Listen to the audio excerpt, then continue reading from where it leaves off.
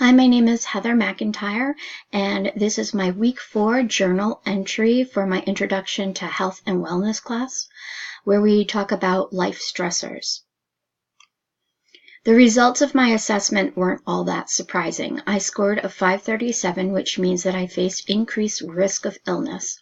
A great many things are going on in my life, and though I try to calm my stress level with meditation, I still have difficulty letting go of some of the big stressors going on. I guess the biggest stressor in my life is the current concern I have for my son, Knight's wellness. He is currently being tested for ADHD, as well as seeing a child psychologist at school to help him with his organizational skills and his ability to focus in class. It's been a long year, and we still have a long way to go until June. I worry about my daughter, Rain.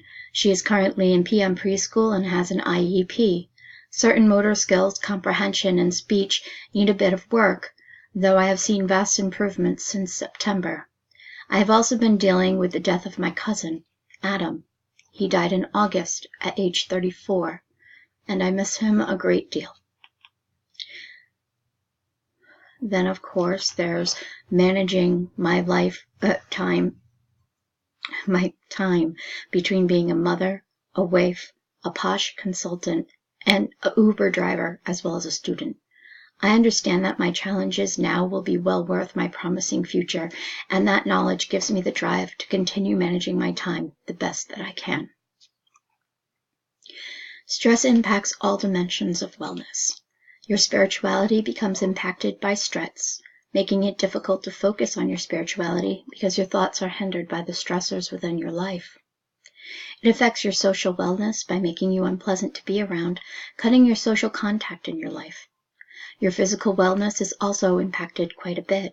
Stress causes depression, lowers your resistance, increases your risk of sickness, and can produce migraines, ulcers, and a slew of other maladies. Depression and your reactions to sickness, while stressed, impacts your emotional well-being. Stress can be so bad that you mentally just give up and not care anymore.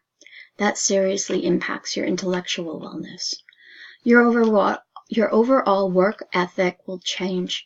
You may be overtired and fall asleep on the job, or you may not be able to think and react fast enough, or you may lose track of time and miss appointments.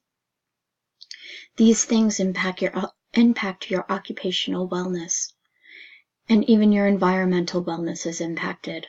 Loss of income due to the loss of a job, being too depressed to find another job or to pick up after yourself, and the inability to afford health care can and will impact your environmental wellness. The dimensions of wellness are all interconnected, which means if a stressor impacts one, then it impacts them all. I chose a relaxation technique that I haven't done in over 20 years. I chose to do Tai Chi. I found an old friend that I used to meet up with every morning before school to work on our breathing, stances, and soft flowing moves. His name was Joey Bond, and he was on television daily at 5 a.m. A quick search on Amazon Video rekindled our relationship, and I was able to reconnect with the Tai Chi Master Bond. I spent the next half hour practicing my riding horse stance and the movement called combing the wild horse's mane. It takes considerable focus and deliberate breathing to make yourself as loose and as relaxed enough for your movements to flow the way you need it to. Due to the balanced synchronization of tempo, form, design, and attitude, the Tai Chi gives you a feeling of weightlessness. The mind carries the body, and awareness directs the flow of the movement, which reduces stress and directs your focus to the movements of Tai Chi instead of the stressors within your life. I'm going to show you a demonstration of Tai Chi. I'm going to show you the riding horse stance as well as brushing the wild horse's mane. Bear with me just a second while I set myself up. Okay, so for the demonstration, I really wanted to have the music because that's very important on staying focused. So I brought my buddy, Joey Bond, on my computer so you can hear the music as well. You'll also probably hear him talking I tried to make it where it was silent, but he does start talking at the beginning of it. Hopefully it doesn't get too distracting. All right, and I'm gonna press play and step back. Let's try the sequence of 3 steps and parting the wild horse's mane for the last time in creative silence. If you're ready, let's begin with the sink to the earth posture facing 12 o'clock. While in the left foot in position, and please release your gestures in creative mode. Step off to the left. This is part the wild horse's mane.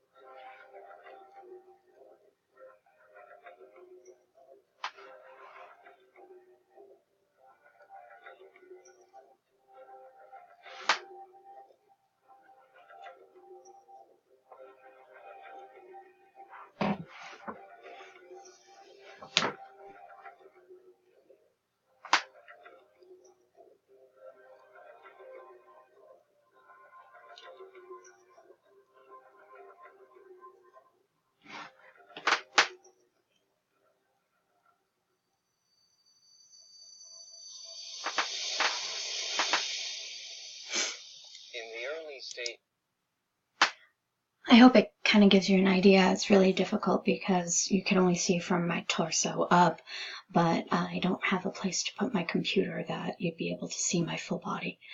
But that's just a demonstration. I hope you enjoyed it. It's still a little new to me. After all, it's been 20 years since I tried it. So my body composition's a little bit different now after 2 kids. So anyway, let me go back to my seat and we can continue on with our discussion. Hold on just a second.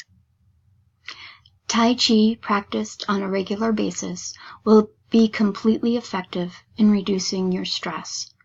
I have found that while doing Tai Chi that I stop thinking about the things causing me stress and focus on my movements and my breathing. Once finished, I seem to be able to think of solutions to problems or steps to take to solve the problems causing stress. Once finished with the Tai Chi workout, you feel amazing, almost like you've woken from a dream of calm, peaceful weightlessness.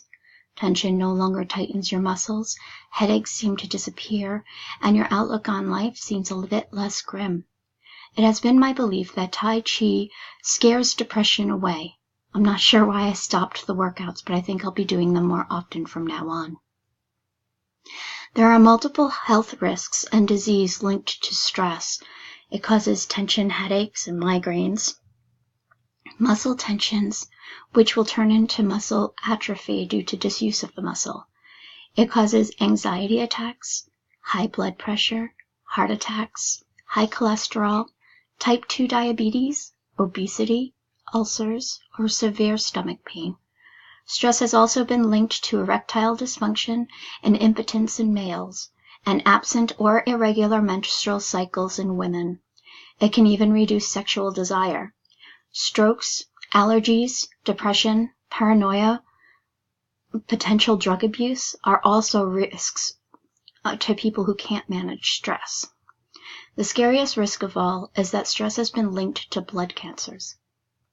For years, I've been using meditation as well as time management to help reduce my stress level, which has been working rather well for me.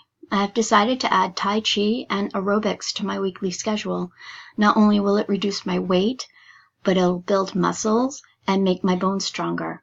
It'll also reduce my stress level and get rid of the extra energy caused by enacting the fight or flight response within my body when stressors present themselves.